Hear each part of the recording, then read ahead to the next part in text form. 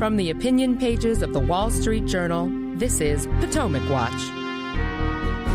Minnesota Congressman Dean Phillips announces a 2024 Democratic campaign against Joe Biden, as three of President Trump's lawyers in the aftermath of 2020 plead guilty to crimes in Georgia. Welcome, I'm Kyle Peterson with the Wall Street Journal. We are joined today by my colleagues, columnist Kim Strassel and editorial board member Monet Ukwe-Barua. Welcome and happy Friday to you both.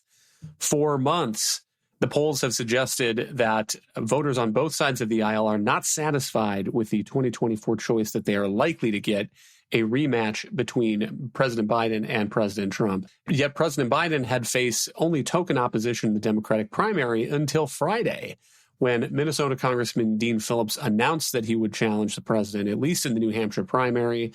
Here he is on CNN explaining why he is running for president. It appears the president, Joe Biden, is going to lose the next election. The numbers are horrific. And if you're a Democratic voter and you care about 2024, it matters. And the absence of any competition, any alternative, is antithetical to democracy. And I think it's important that Americans have choices at a time like this, and there's an exhausted majority who absolutely wants change, and I'll make my case. Kim, what do you make of Congressman Phillips, his challenge to the sitting president, and are President Biden's poll numbers as bad as all that? Yeah, when I heard that explanation from Dean Phillips, it felt like the least needed explanation in the world. He was saying what essentially everyone knows, but what no Democrat will say. You have a sitting president in Joe Biden who is about to turn 81 years old, who is certainly showing his age, I think, which has been even more illustrated by the stress of the recent conflict between Israel and Hamas and the pressures that has put on him and someone dealing with that at his age. Most voters, and that includes not just Republicans, but vast majorities of Democrats, do not think he should run again. And some of this is reflected in absolutely dismal polling numbers. We have a new Gallup poll that has him at a 37% approval rating. That is a presidential low. We also had a recent Morning Consult poll showing him trailing Donald Trump in a 2024 election by 1 point in Pennsylvania, 2 in Wisconsin, 4 in Arizona, 5 in Georgia.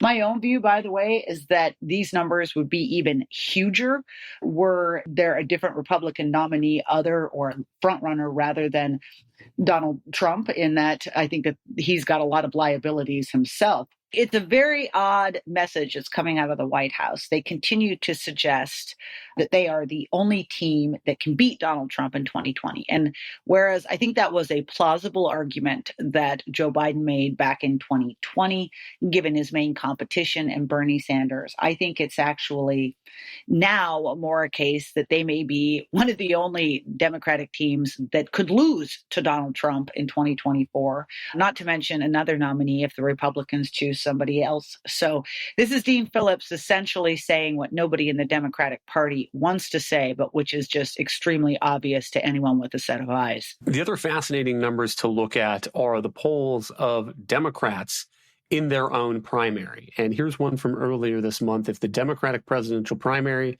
for the 2024 election were held today, who would you vote for? And again, this is a breakdown only for people who identify as Democrats.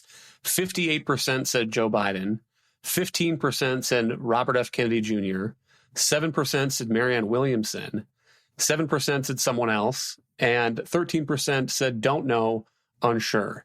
And Monet, those are really, I think, remarkable figures. You have almost of a quarter of the vote going to a couple of gadflies, one of whom has now bolted the Democratic Party. RFK Jr. now says he intends to run for president as an independent, so he is no longer a Democratic option.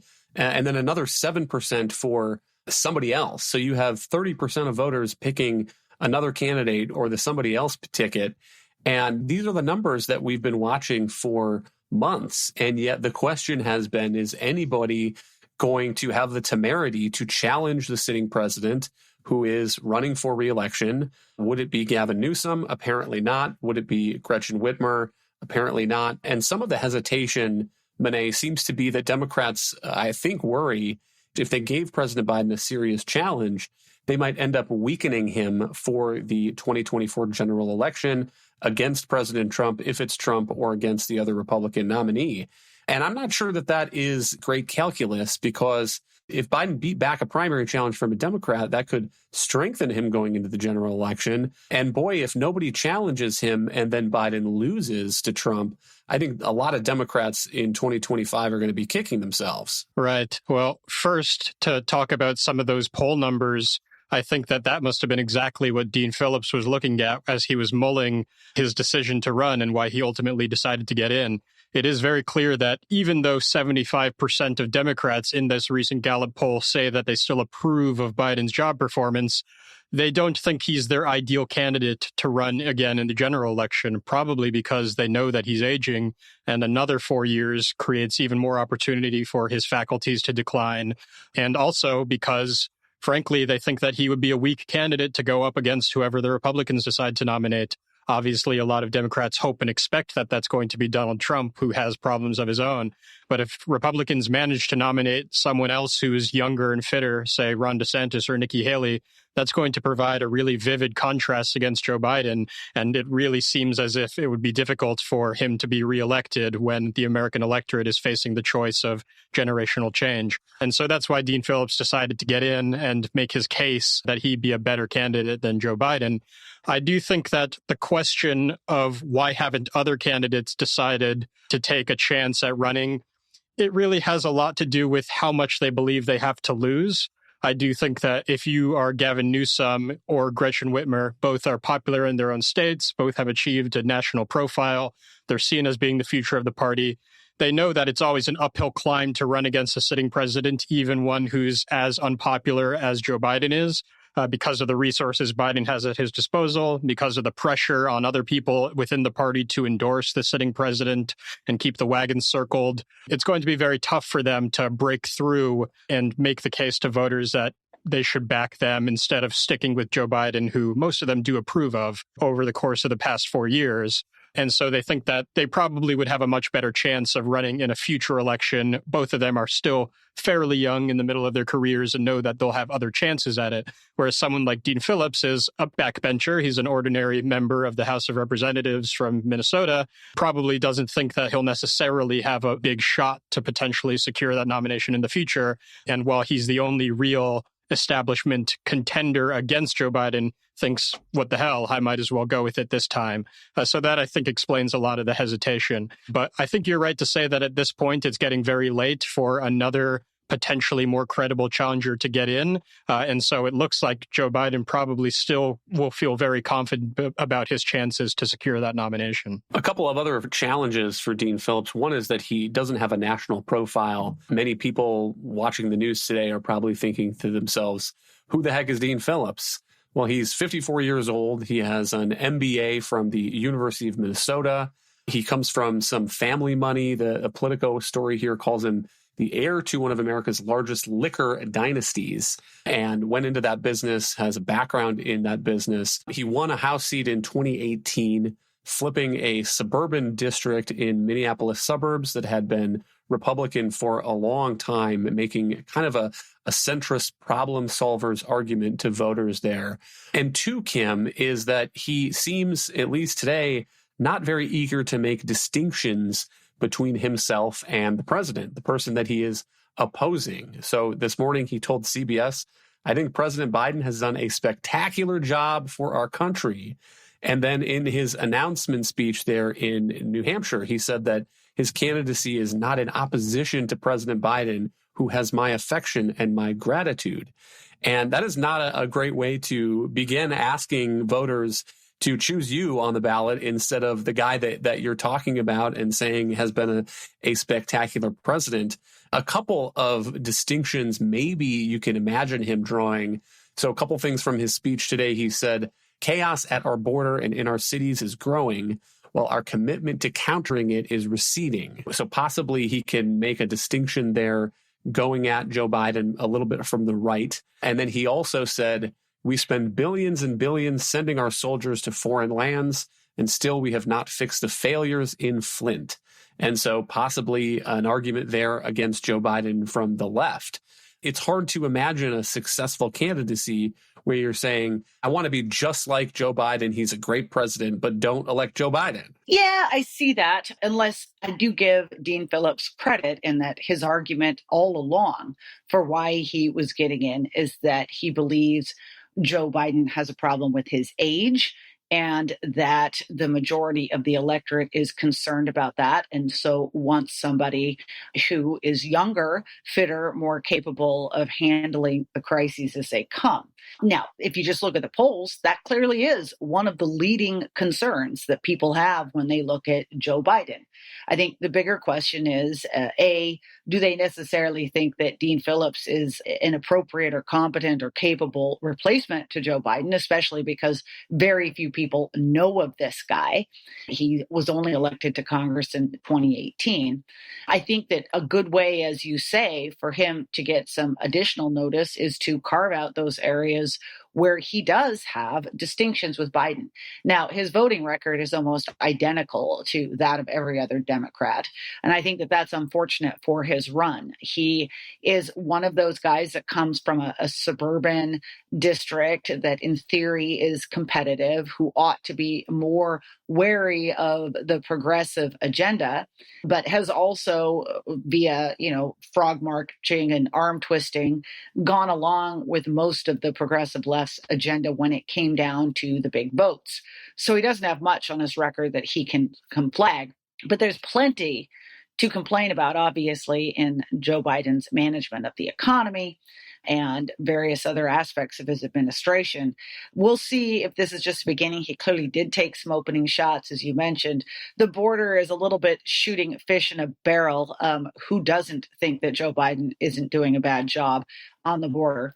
I'll be more curious to see if he's willing to buck some on the progressive left and some of the marching orders that Joe Biden has taken. Because again, if you look at the broad Democratic electorate, it's still only a minority of people who fall into that category and self-identify as progressive. The vast majority of the party is still the 2/3 of the party that went out of its way to vote for Joe Biden in the 2020 primary to save the nomination from Bernie Sanders and the progressive left. So I think there's certainly an appetite for a more centrist candidate in the race if Dean Phillips is brave enough to do it. The other dynamic that's worth noting here is the way that the Democratic Party is changing its nominating schedule in order to help President Biden.